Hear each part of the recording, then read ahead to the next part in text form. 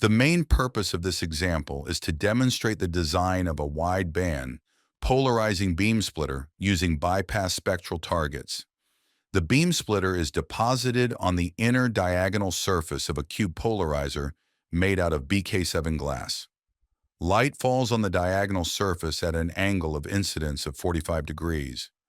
In the working range of 425 to 675 nanometers, P-polarized light should be preferentially transmitted with a transmittance TP greater than 80%, while S-polarized light should be preferentially reflected in the direction perpendicular to the incident direction. The contrast ratio TP over TS shouldn't be at least 100. In the File Arrow Project menu of OptiLayer, open the directory LEC25D14-2. Load into RAM the data files needed to run this exercise.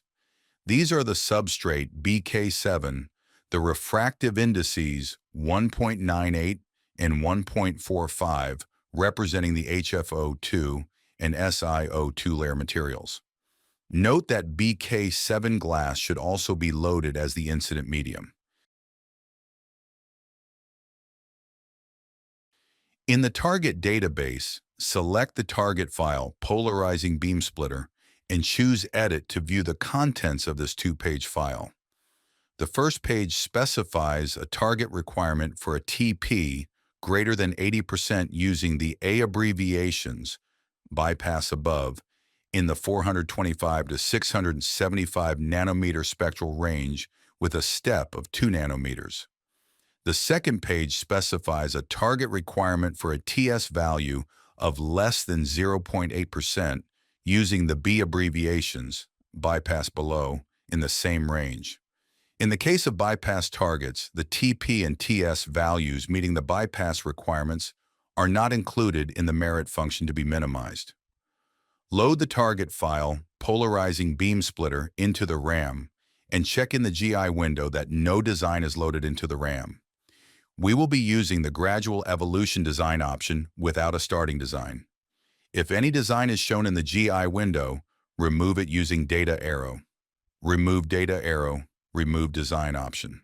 Since a polarizing beam splitter is an immersed coating, check in the GI window that both incident medium and substrate are BK7 glasses. In the synthesis arrow options, select the quasi-Newton DLS optimization method. Select the gradual evolution, design mode from the synthesis menu, and check that in the gradual evolution setup window, the termination criterion, max number of layers equals 50 is marked. Click OK button to proceed to the main gradual evolution window. Click the Run button in the lower left corner of this window. Optimization will stop after a few seconds, as the MF value will be 0 with only 28 design layers. The table on the right side of the gradual evolution window allows you to select the design that looks the most practical one. Let us choose a design with MF value of 0.000118, which has 23 layers. Clicking the Load button places this design in the GI window. We can examine it in detail using the TNR and phase and refractive index profile options in the analysis menu. The design has no layers thinner than 50 nanometers. Changing the y-axis scale in the TNR and phase window to 0% to 1% shows that the T's requirements are met. The design is saved in the design database under the name 23-layer polarizing beam splitter.